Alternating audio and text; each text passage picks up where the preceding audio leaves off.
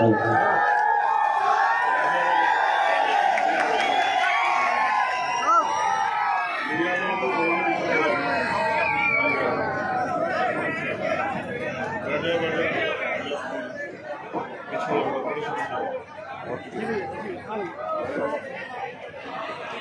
भीम। कहाँ तक आ रही है बात?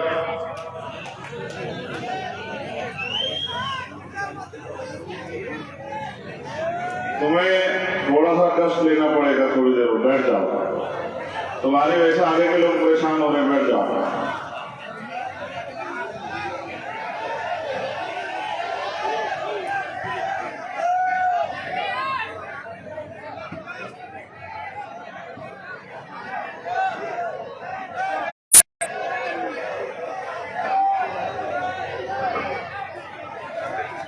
खाते गांव की ये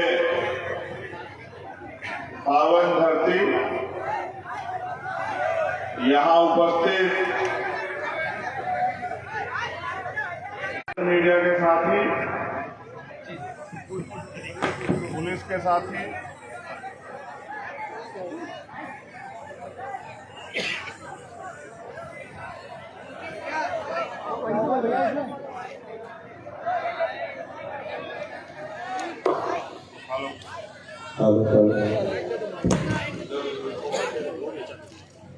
हेलो।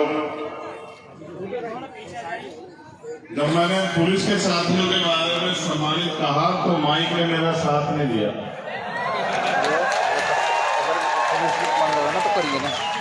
वही तो बात होगी।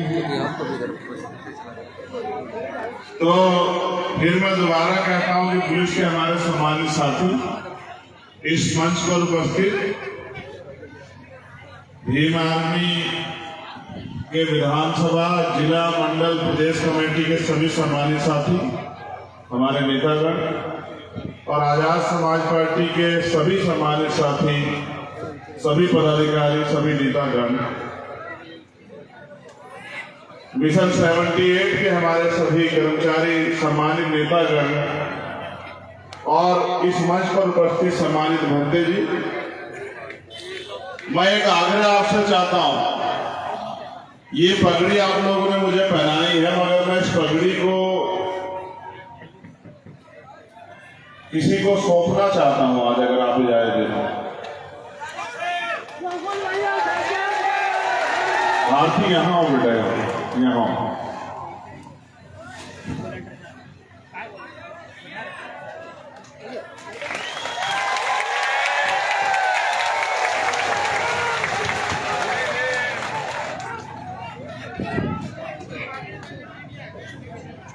ये भारती है, यहाँ इधर मेरे बराबर। क्या आप इसे जानते हैं? मैं पूरे देश में घूमता हूँ, बहुत बहादुर बहनों से मिलता हूँ, ये उनमें से एक है।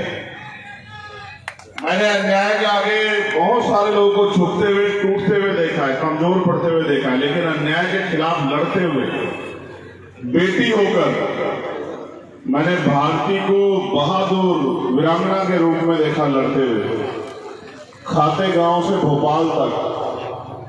तो इसलिए मैंने इस पगड़ी को इसको सौंप दिया। एक कर्ज इसका भी उधार है, क्योंकि सरकार में वो कर्ज नहीं उतार पाए। हमने जोर लगा के संघर्ष करके सीबीआई जांच की तो मांग पूरी करवा दी, लेकिन न्याय नहीं मिला, जहां तक मैं जानता हूं। क्योंकि जिनके खिलाफ सीबीआई की जांच हो रही है, जो करवा रहे, सरकार भी उनकी, सीबीआई भी उनकी और अपराधी भी उनका। तो मैं एक वचन देते हुए उससे जरूर कहूंगा कि मेरी बहन याद रखना, जिस दिन ताकत हमारे हाथ में होगी, ऐसे गुंडों का ऐसा इलाज करेंगे, उनकी कई कई पीढ़ियां याद रखेंगे। किसी को मार बैठ जा। जब मैं इसे देखता हूं तो वो दर्द मेरे याद आता है नेमावर में। आपका वो उत्साह भी, जिस उत्साह से आप नेमावर गए थे, लाखों की संख्या में, जैसे आज आप पहुंचे। लेकिन नेमावर में जो दर्द मैंने जाके उस दिन भारती और इससे जो बड़े भाई हैं उनसे सुना था, जो अन्याय इनके साथ हो, मेरी आंखों में आज भी वो दर्द ताजा हो जाता है जब मैं भारती को देखता हूं। और भारती जैसी हजारों हजारों बहनें, चाहे वो मध्य प्रदेश हो या भारत का कोई और कोना, उसमें इस उम्मीद से बैठी हुई है कि कभी तो उनको न्याय मिलेगा। मैं अपनी बात को शुरू करते हुए बहुजन समाज में समय समय पर जन्मे सभी संतों, गुरुओं, महापुरुषों को नमन करता हूं और खातू गौड़ की ये धरती खाते गांव को भी नमन करता हूं।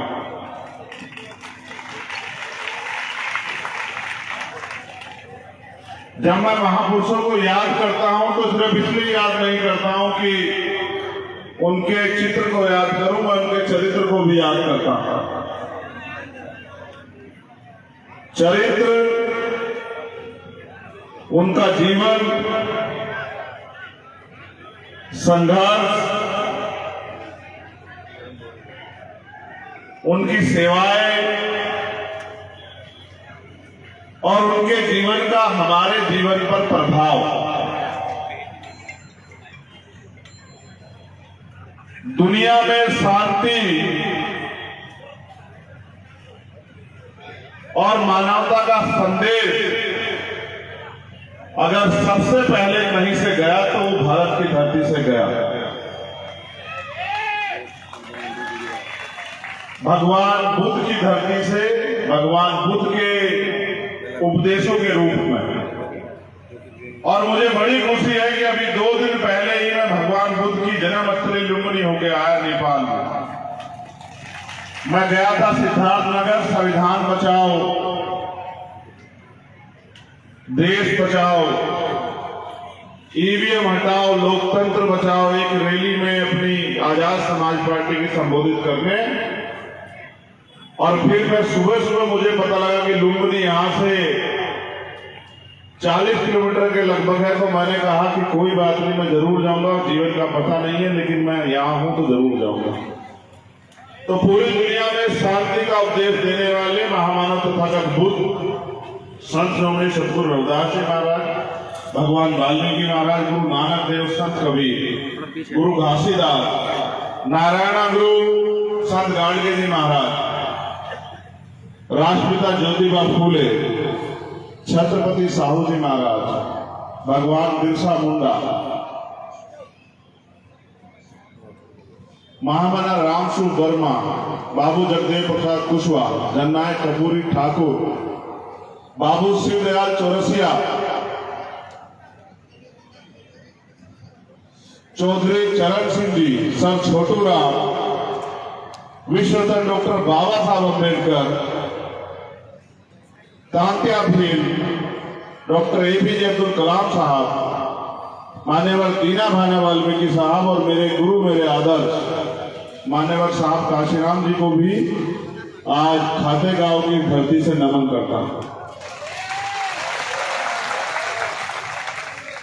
और सबसे ज्यादा धन्यवाद आज मैं दूंगा हमारे वॉलंटियर साथियों का। मैं उनको देख रहा हूं कि किस तरह से वो पूरी व्यवस्था को मेंटेन कर रहे हैं। ये है तो उम्र में छोटे छोटे लेकिन काम बहुत बड़ा बड़ा कर रहे हैं। इनको बहुत बहुत बधाई। जिस तरह से आज तुम अपनी सभा को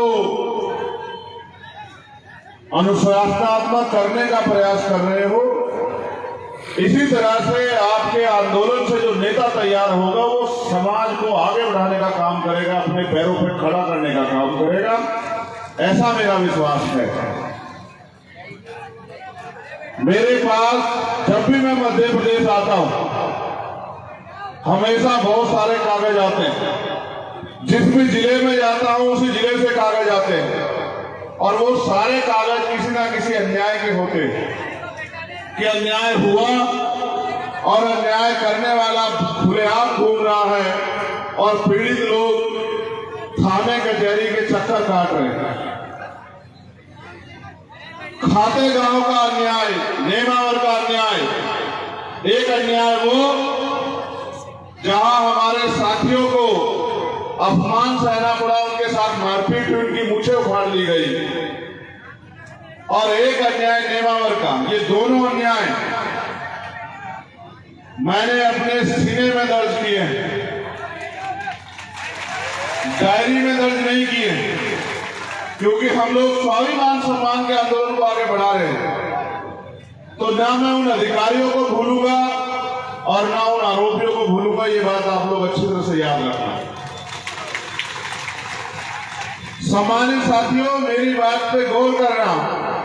जब आप अपनी मेहनत का एक एक पैसा लगा के अपने पूरे दिन को खर्च करके तमाम तरह की मुसीबतों का सामना करके यहाँ पहुंचे हो, तो आज मैं जो तुम्हें यहाँ से कह रहा हूं वो सीख के जाना और उसको जाके जगत आगे मेरी बात को आपने बढ़ा दिया। तो मैं विश्वास से कहता हूं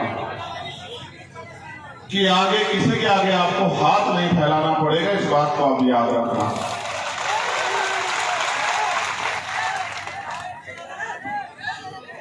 मैं वॉलंटियर साथियों से कहूंगा कि वो बस यहीं खड़े हो जाएं, अब किसी को रोके टोके ना जिससे कि सभा खराब हो, डिस्टर्ब हो। अब वॉलंटियर साथी यहीं खड़े हो जाए अपनी जगह पे बस, और मेरी बात को वो भी गौर से सुने, क्योंकि आज के बाद उनको भी तो समाज के इस काम को आगे बढ़ाना है। अगर उनको खड़े रहने की बात कह के मौका दे के कोई खड़ा ना हो, ऐसा भी ना करें। चलिए गौर कीजिए, जब भारत आजाद नहीं हुआ था, उस आजादी से पहले हमारे महापुरुषों ने अपने जीवन का एक एक पल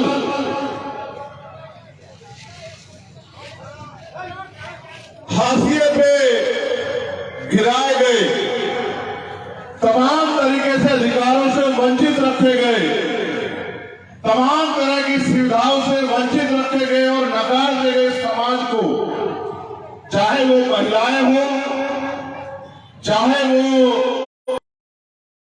अल्पसंख्यक समाज के लोग हो, उनको आगे बढ़ाने के लिए अपना सारा जीवन जो है वो निछावर करने का काम किया। और छोटे छोटे को भारत अंग्रेजों के अधीन था। 15 अगस्त 1947 को भारत अंग्रेजों से आजाद हुआ, भारत को अंग्रेजों से आजाद हुआ, लेकिन इस देश का बहुत बड़ा तबका जो अंग्रेजों के समय में भी अधिकारों विहीन था, उनको अधिकार मिलने का काम 26 जनवरी 1950 को जब भारत का संविधान लागू हुआ तब मिला। मैं आपको ये बात इसलिए कह रहा हूं कि अगर ना होता भारत का संविधान तो ना आज का मंच लगता और ना इस मंच की शोभा बढ़ाने के लिए आप लोग आ पाते। मैं बस आपको याद दिलाना चाहता हूं कि संविधान से पहले हमारे पास क्या था और संविधान के बाद, संविधान के आने के बाद हमारे पास क्या है। जब संविधान नहीं था तो ना हम अच्छा पहन सकते थे, ना अच्छा खा सकते थे, ना अच्छे मकानों में रह सकते थे, ना अच्छी पढ़ाई कर सकते थे, ना हमें अच्छा इलाज कराने की अनुमति थी, और ना ही हमें डॉक्टर, इंजीनियर, आईएएस, आईपीएस बनने, यहां तक कि प्रधान से लेके विधायक और एमपी बनने की भी आजादी नहीं थी। लेकिन जब भारत का संविधान आया तो भारत के हर एक नागरिक को भारतीय संविधान ने ये अवसर दिए, चाहे वो महिला हो या पुरुष, गरीब हो या अमीर, किसी भी जाति का हो, वो अपने देश में स्वाभिमान सम्मान के साथ जी सकता है और अवसर की समता का प्रयोग करके आगे बढ़ सकता है, कामयाब हो सकता है। यानी कि जो एक भयंकर अंधेरा हमारी जिंदगी पे था, बाबा साहब अम्बेडकर ने अपने 4 बच्चों की कुर्बानी देकर उस अंधेरे को छांट दिया और संविधान के रूप में हमें आगे बढ़ने का, स्वाभिमान सम्मान से जीने का रास्ता दिया। सम्मानित साथियों, आज हम लोग संविधान बचाओ यात्रा के रूप में, संविधान बचाओ सत्ता परिवर्तन करो संकल्प यात्रा के रूप में आज की सभा को कर रहे हैं। इस सभा को करने के पीछे हमारा कुछ उद्देश्य है। वो उद्देश्य ये है कि आज देश की जो सरकार है और उनके जो प्रधानमंत्री के आर्थिक सलाहकार हैं, समिति के अध्यक्ष, वो ये कह रहे हैं कि भारत के संविधान को बदलने का समय आ गया है। हम सभाएं तो पूरे देश में लगातार कर ही रहे हैं, लेकिन आज हमारे ऊपर कठिन दौर आ पड़ा है और हमें इस कठिन दौर में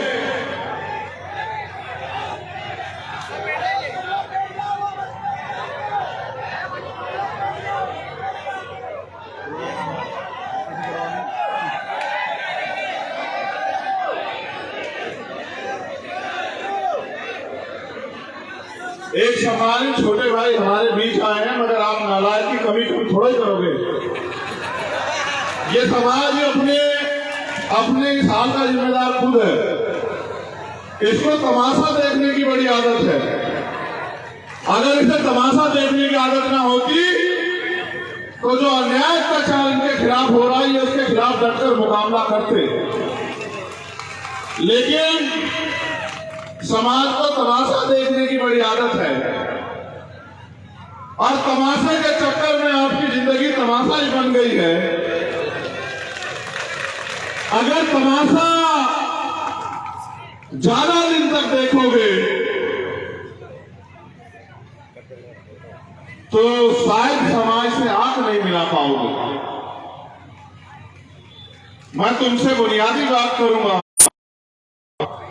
मैंने संविधान का जो खतरा है नहीं होता तो आपका जीवन कैसा होता।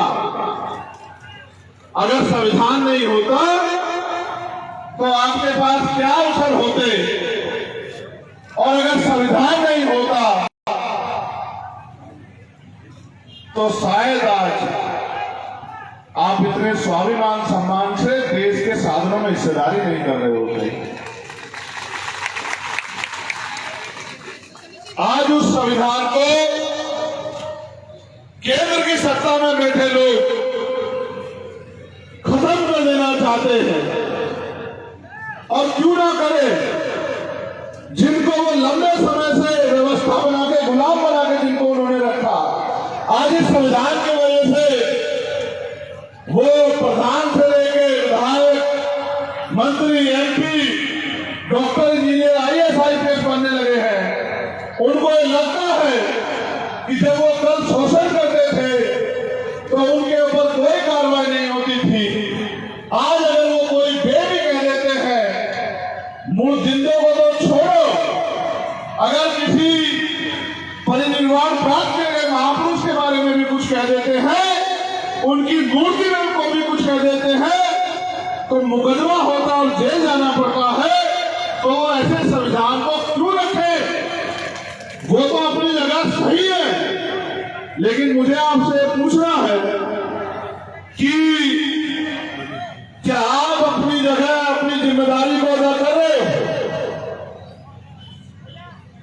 ये बात आपको मैंने इसलिए बनाई कि केंद्र की सरकार संविधान को खत्म कर देना चाहती है, लेकिन मैं बात आपको बता देना चाहता हूं, आप ये भी जानकारी हासिल कर लो कि तमाम राजनीतिक दल यही थे, चाहे वो कांग्रेस पार्टी हो, चाहे वो और कोई पार्टी हो, वो सब लोग यही थे।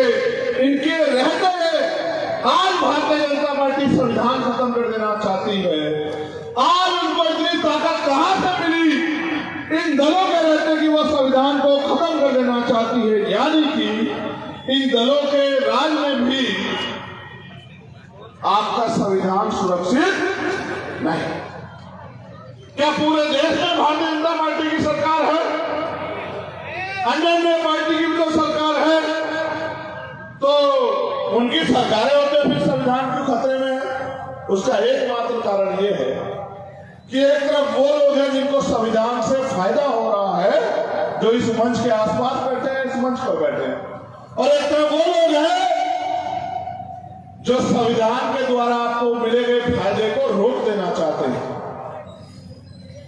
अगर किसी और के कंधे पे रख के अपनी लड़ाई करना चाहते हो तो आप सिर्फ अपनी बारी का इंतजार कर रहे हो। मैं पूरे देश में जाता हूं, मैं जिम्मेदारी के तौर पे आप एक को कह रहा हूं, आप तमाम नौजवान यहां बैठे हैं, मैं बुजुर्गों से कोई शिकायत नहीं करूंगा।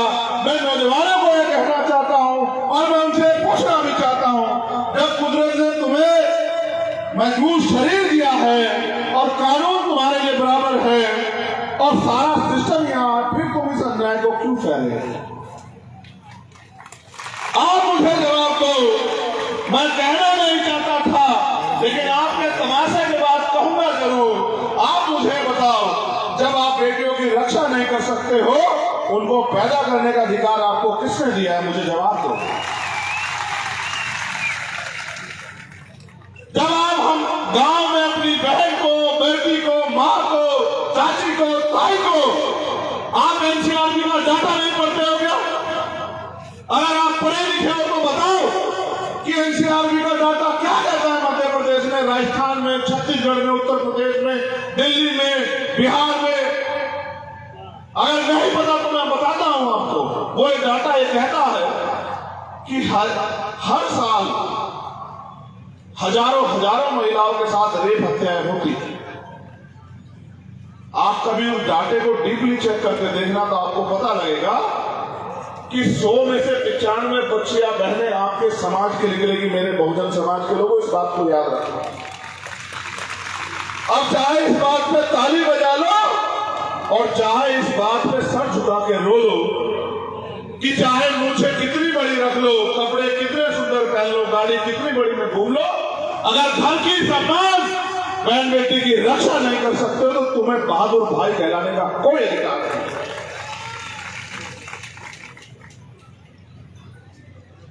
क्या हो गया तुम्हारे खून को? क्या हो गया? किसकी नजर लग गई बहादुरों को? एक वो समय था कि एक खाते गांव की धरती हम आदिवासियों के नाम से जानी जाती थी। एक वो समय था कि यहां हमारे वीर उनके शौर्य के आगे बड़े से बड़े जालिम घुटने टेक देते थे। आज एक ऐसा समय है कि हमारे 5-5 परिवार के लोगों को जमीन में गाड़ दिया जाता और हम रो भी नहीं पाते।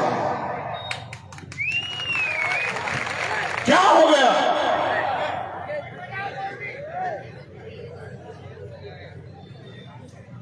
क्या हमारा जमीन मर गया? क्या हम कमजोर हो गए? क्या हम विकलांग हो गए हैं?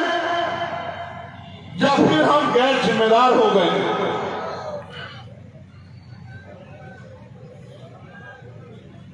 एक समय था जब भारत आजाद नहीं था, राजशाही होती थी। मध्य प्रदेश में बहुत राजे रजवाड़े रहे हैं, तलवारों के दम पे राज लिया जाता था, युद्ध होते थे, हजारों लोग मर जाते थे, जमीन रक्त रंजित हो जाती थी। आज बाबा साहब अम्बेडकर उनके साथियों के प्रयास से आज लोकतंत्र है। ना तलवार चलानी है, ना भाला उठाना, ना घोड़े पे बैठना है, ना रक्त बहेगा, ना कोई मुसीबत आएगी। बस आपको अपनी वोट का सही प्रयोग करना है। का मुठे से आपकी लड़ाई जीती जाती है।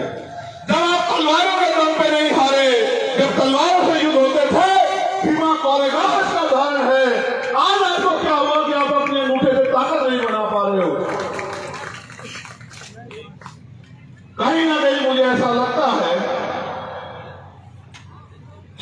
आपके समाज हित के आगे आपका व्यक्तिगत हित जो है, आपकी छोटी मोटी सुख सुविधाएं, थोड़े बहुत पैसे आपके समाज हित के आगे बड़े हो गए हैं। वरना वो समाज जो अपना इतिहास भूल गया है आज, जिसको सदियों अभी मोहन भागवत ने कहा, मैं धन्यवाद करता हूं उनका, उन्होंने कहा, कब कहा? जब हमने कहा कि हम संविधान बचाओ यात्रा चला के भारतीय जनता पार्टी केंद्र की सरकार को और मध्य प्रदेश में भी भारतीय जनता पार्टी की सरकार को जमी दर्ज करने का काम करेंगे, हम इनको सबक सिखाएंगे। तब सब प्रमुख मोहन भागवत ने कहा कि 2000 साल तक हमने इनको जानवरों जैसा जीवन जीने के लिए मजबूर किया है। अभी आरक्षण खत्म नहीं होना चाहिए, 200 साल आरक्षण रहना चाहिए। मैं ये कहना चाहता हूं, ये लोकतंत्र है, जिनका वोट होगा उनका राज होगा। वोट 80% बहुजन समाज के लोगों के पास है। वो कौन होते हैं आरक्षण देने वाले? हम हैं। हम अपनी ताकत बना के, अपनी सत्ता बना के, अपनी हुकूमत बना के देने वाली चाबी कलम अपने हाथ में ले, देने का काम हमारा है, उनका काम नहीं है। लेकिन इस लोकतंत्र में जहां आपके पास ताकत होनी चाहिए थी, आज हालात देखो क्या है। अगर कोई बौद्ध धर्म को मानने वाला भक्त जी यहां बैठे हैं, बुद्ध विहार में प्रार्थना कर रहा हो तो कोई आके बुद्ध विहार पे हमला कर देता। बुद्ध वंदना करा रहा हो तुम, भगवान बुद्ध की तस्वीरें को उठा के फेंक देते हैं, मुकदमे दर्ज हो जाते हैं। अगर कोई इस्लाम को मानने वाला अपनी मस्जिद में अजान पढ़ रहा हो तो उस मस्जिद पर जाके किसी दूसरे धर्म का मजहब का झंडा लगा देते हैं, उसकी दाढ़ी पकड़ के उसको कहते हैं कि इस धर्म का नारा लगाओ वरना पीटेंगे। अगर जिनकी संस्कृति रही है, जो इस देश का मूल निवासी हमारा आदिवासी समाज, मैं जब यहाँ बैठा मुझे बताया जा रहा था कि ये उनकी धरती है, लेकिन यहाँ जो उनकी संस्कृति थी, एक कुल देवी जिसको बनाया उन्होंने, यहाँ जिसको उन्होंने स्थापित किया, उनसे छीन के और यहाँ के चंद लोगों ने अपने कब्जे में कर लिया। और जिनका अधिकार बैठता है वो सड़क पे खड़ा है। ये बात मैं आपको इसलिए कह रहा हूं क्योंकि आप अपनी ताकत को नहीं समझ रहे हैं। वो आज के समय में जब वोट की शक्ति आपके पास है, दुश्मन बड़ा तेज है, और राजनीतिक रूप से जो कह रहा हूं उस पर गौर करो। दुश्मन ये कहता है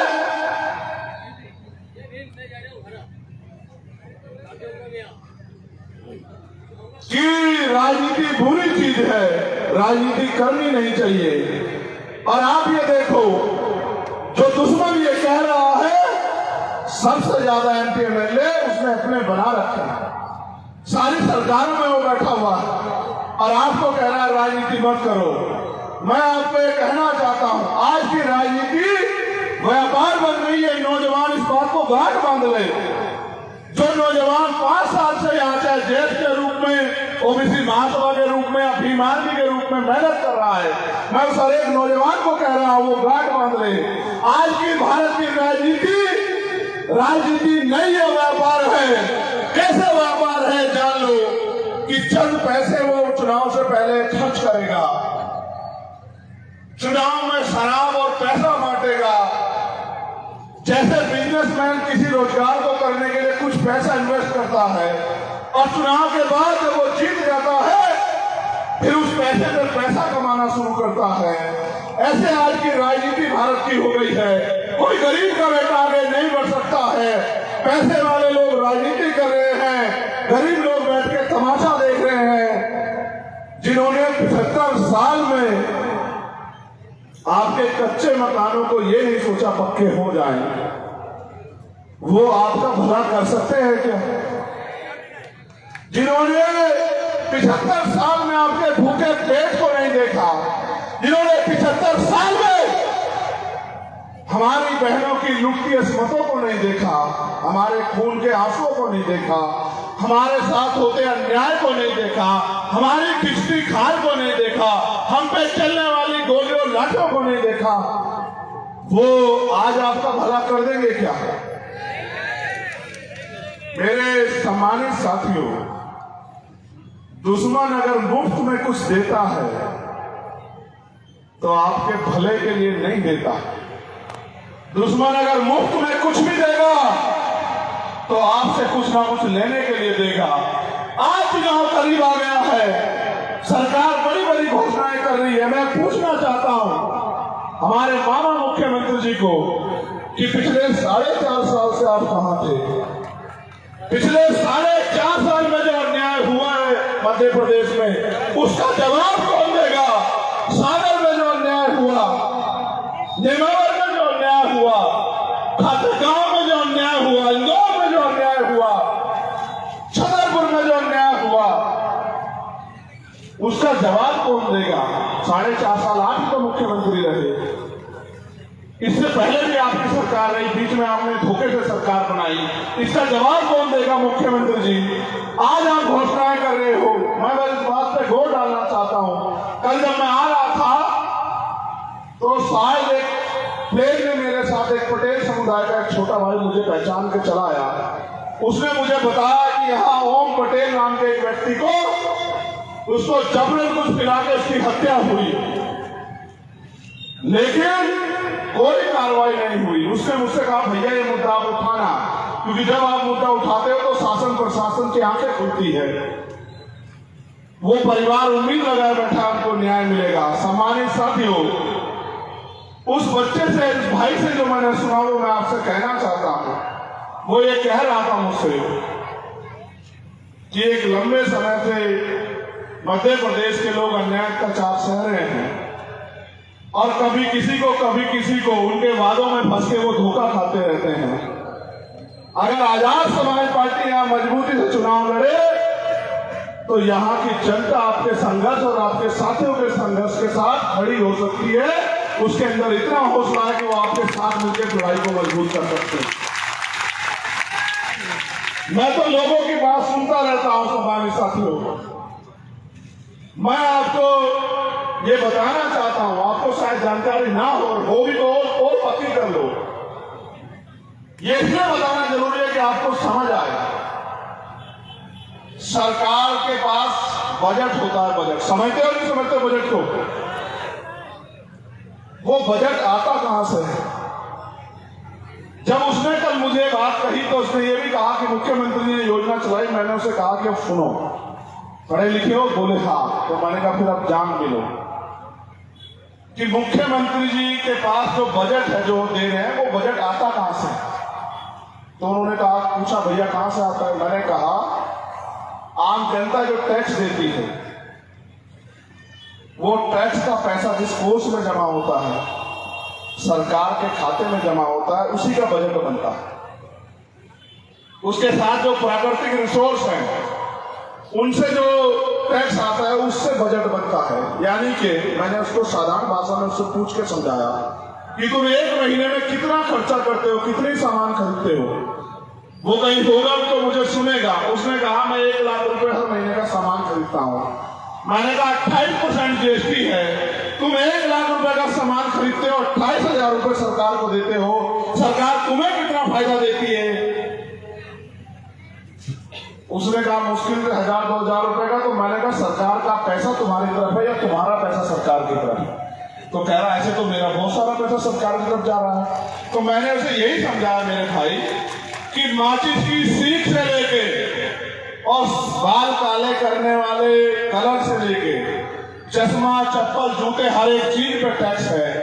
यहाँ तक कि जो झंडा आपने बनाया उस पर भी टैक्स है, ये टेंट आपने खरीदा इस पर भी टैक्स है, जो किराया आप देते हैं उस पर भी टैक्स है, जो गैस आप खरीदते उस पर भी टैक्स है, पेट्रोल डीजल सब पे टैक्स है। और तो आज तो ऐसी सरकार केंद्र में बैठी है जिसने दूध पे, दही पे भी टैक्स लगा दिया, खाने के पीने के सामानों पे भी टैक्स लगा दिया। मैंने उसको और गंभीरता समझाया। मैंने कहा छोड़ो, तुम तो बड़े हो, नौजवान हो। अगर कल किसी बच्चे ने जन्म लिया उसके लिए जो दवाई आएगी उस पर टैक्स है, उसके लिए जो डायपर आएगा उस पर टैक्स है, उसके लिए जो दूध आएगा उस पर टैक्स है, उसके लिए कुछ भी आएगा कोई कपड़ा सब पे टैक्स है। यानी कि जो भारत में पैदा हो गया वो हर एक व्यक्ति टैक्स दे रहा है, लेकिन क्या जब तक वो अपने पैरों पर ना खड़ा हो जाए सरकार उसे कुछ दे रही है? तो कह रहा बहुत नहीं, वो बहुत कुछ दे नहीं रही। तो मैंने उसको समझाया कि जनता के पैसे को जनता को वापस लौटाना यही सरकार का काम है, लेकिन सरकार इस तरह का दिखावा करती है कि हम 1500 रुपए लाडली बहन योजना के दे रहे हैं। मुख्यमंत्री कितने पैसे दे रहे हैं लाडली बहन योजना के? कितने?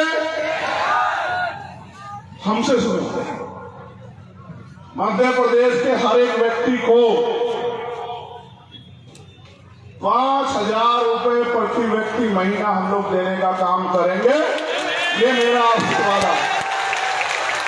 और आप ये भी जान लो, आपको ये पता नहीं पता कि मैं कोई भी बात झूठ नहीं कहता हूं, पता नहीं पता, मुझे ये भी पता है पैसा कहां से आएगा और पैसा कैसे आपकी जेब में जाएगा।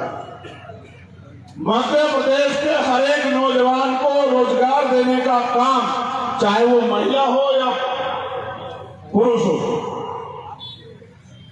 हम लोग करेंगे, ये मेरा आपसे वादा है।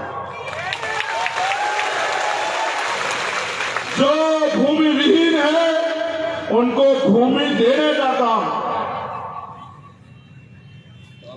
जिसके पास कच्चा मकान है उसको पक्का मकान देने का काम,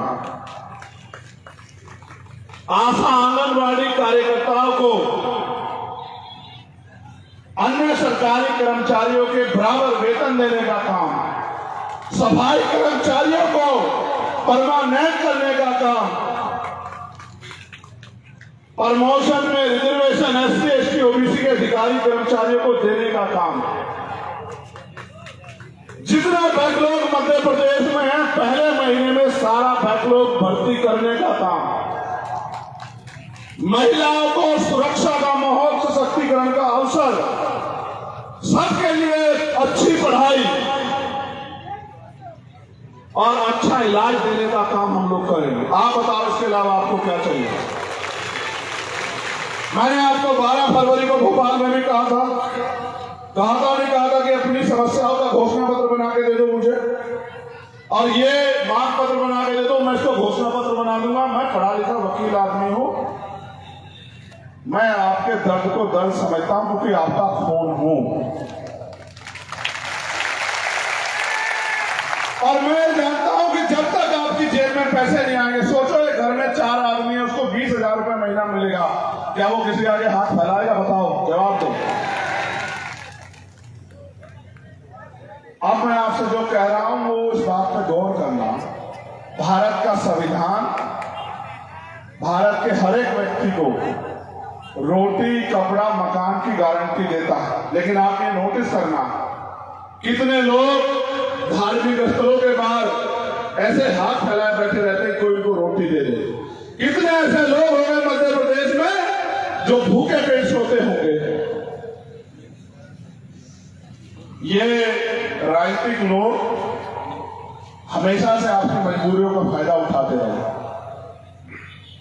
इनको ये लगता है कि अगर जनता की जेब में पैसा होगा तो वो आपके धोखे में, आपके छूट में नहीं आएंगे। क्या मैं नहीं जानता हमारे लोगों के हाल? अगर शादी करानी हो बेटी की तो उधार लेंगे पैसे, अपने बच्चे को अच्छी जगह पढ़ाना हो तो जमीन गिरवी रख के लोन लेंगे और पूरी जिंदगी उस लोन को उतारते रहेंगे। मैं आपसे कहता हूं, हर आर्थिक रूप से कमजोर वर्ग की हर एक बेटी को जब उसकी शादी होगी 1 लाख रुपए का अनुदान सरकार देने का काम करेगी, अगर आप लोग हमें अवसर दोगे। भाई अगर आपका पैसा आपके ऊपर लगा दिया तो क्या बदला, क्या नुकसान हुआ? वही पैसा जो नेता अपनी जेब में घुसा ले रहे हैं, एक नेता विधायक बनने के बाद 5-5 हजार करोड़ का मालिक हो जा रहा है, वो पैसा अगर जनता को वापस कर दिया तो क्या नुकसान होगा? नुकसान ये होगा, अमीरों की तिजोरियों पे ताले लग जाएंगे और गरीब के पेट जो है वो भूखे नहीं रहेंगे, बस इतना बदलाव होगा। कोई किसी के साथ जुल्म जाति अन्याय नहीं कर पाएगा। अगर कोई किसी गरीब को, कमजोर को, दलित, पिछड़े, आदिवासी को या किसी भी समाज की बहन के साथ अन्याय करेगा, उस हरेक अपराधी पे रासुका लगा के उसको जेल भेजने का काम और 3 महीने के अंदर उसको सजा दिलाने का काम हम लोग करेंगे। अगर कल किसी दलित आदिवासी की हत्या कोई कर देता, अभी 8.5 लाख रुपए मिलते हैं, 8,25,000 रुपए मुआवजे के तौर पे SC/ST के तहत हम लोग कानून बना के 30 लाख रुपए प्रति व्यक्ति को देने का काम करेंगे। और जिस परिवार के साथ उसके परिवार से कमाने वाला व्यक्ति चला जाएगा, उसको एक सरकारी नौकरी देने का काम करेंगे। आप मुझे बताओ क्या नामुमकिन है इनमें से? कोई भी व्यक्ति, जितने लोग हजारों यहाँ बैठे, एक आदमी खड़ा होकर बताओ कि ये नामुमकिन है, और ना करके दिखाया तब आप मुझे बताना। लेकिन मैं आपसे कहना चाहता हूं, कब तक उनके चक्रों में पड़े रहोगे? अगर वो आपका भला करना चाहते तो 75 साल में आपकी जिंदगी नहीं बदलती क्या? भोपाल से आते हुए किशन लाल बागरी एक्सीडेंट में मेरा भाई चला गया। मैं जब उसके घर गया, उसका मकान देखा कच्चा था, मेरा सर उसके दरवाजे में अड़ रहा था। ये बात मैं आपको इसलिए कह रहा हूं मेरे लोगों कि 75 साल में सरकार को तमाम सरकारें बदली, किशन लाल बागरी का कच्चा मकान नहीं दिखाई। क्या तो दिखाई नहीं दिया, या सरकार ने उसकी तरफ आंख नहीं की, या फिर सरकार ने सोचा ही नहीं कि भाई इसको भी पक्के मकान की जरूरत है, बारिश आएगी इसको भी तकलीफ होगी, कीड़ा काटा कोई इसके घर में भी नुकसान पहुंचा सकता है। इसलिए मैं आपको कहना चाहता हूं, मैंने तो ये भी कहा, अगर हमारे आदिवासी साथी तैयार हो जाए तो पहला मुख्यमंत्री मध्य प्रदेश में आदिवासी समाज का हम लोग बनाने का काम करेंगे। मैंने यही भी कहा। लेकिन अब आप ये सोचो, हमारे आदिवासी भाई कहते हैं कि भाई आज अनुसूची 5 का वो लागू नहीं हो रही है, हमारी जल जंगल जमीन पे हकमारी हो रही है। भाई जब राज आपका नहीं होगा तो हकमारी तो होगी। मैं तो आपसे कह रहा हूं आगे बढ़ो। जब आप ये सोचो कि जब आदिवासी समाज का मुख्यमंत्री होगा तो क्या किसी आदिवासी परिवार की जमीन को छीन लेगा? आप मुझे बताओ, पूरी जिम्मेदारी। तो ये तो आपको तय करना है कि 4.5 साल रोना है या 6 महीने संघर्ष करके अपनी ताकत बनानी है, या उन नेताओं का फिर से भरोसा करके उनके पीछे पीछे खड़े रहना। ये तो आपको तय करना है।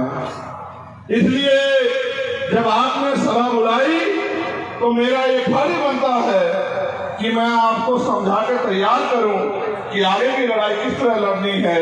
इसलिए मैं आपसे कहना चाहता हूं कि पिछले 5 साल से ज्यादा समय से भीम आर्मी के नौजवान अन्याय अत्याचार के खिलाफ सड़कों पर संघर्ष कर रहे हैं। अब उन्हें संघर्ष करने से वो न्याय दिला सकते हैं, लेकिन अगर समाज को आगे बढ़ाना है, धार्मिक तौर पे जो अन्याय हो रहा है उसको रोकना है, अपने भाइयों को सुरक्षा का माहौल देना है, अपनी बहनों को सुरक्षा का माहौल देना है, तो राजनीतिक शक्ति अपने हाथ में लेनी पड़ेगी।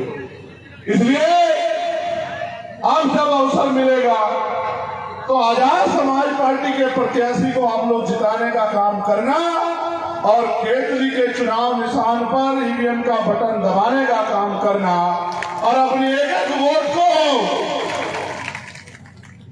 आजाद समाज पार्टी को देके अपने बीच के व्यक्ति को विधानसभा में आपकी समस्याओं के लिए आवाज उठाने का मौका देना। एक समस्या यहाँ मेरे सामने किसने भेजी है, ये गांव है बामन गांव, जहां शासकीय ट्यूबवेल से पानी पीने भरने देने के संबंध में एक घटना है। मैं प्रशासन से कहना चाहूंगा, पुलिस के साथियों से, कि इस घटना का संज्ञान ले लें और उस परिवारों की मदद करें। वहां के कुछ अपराधी किस्म के लोग वहां से दलित समाज के लोगों को पीने का पानी नहीं लेने दे रहे हैं, ऐसी समस्या मेरे सामने आई, तो मैं पुनः अपने वॉलंटियर साथियों का, अपने भीम आर्मी आजाद समाज पार्टी के सभी सम्मानित नेतागणों का, कार्यकर्ताओं का, पदाधिकारियों का और यहाँ इतने बड़े पैमाने पर आए बहुजन समाज के वफादार योद्धाओं का, बहादुर ईमानदार संघर्षशील योद्धाओं का धन्यवाद स्वागत करता हूं। और सबसे ज्यादा धन्यवाद देता हूं माताओं बहनों का कि वो लंबे समय से यहाँ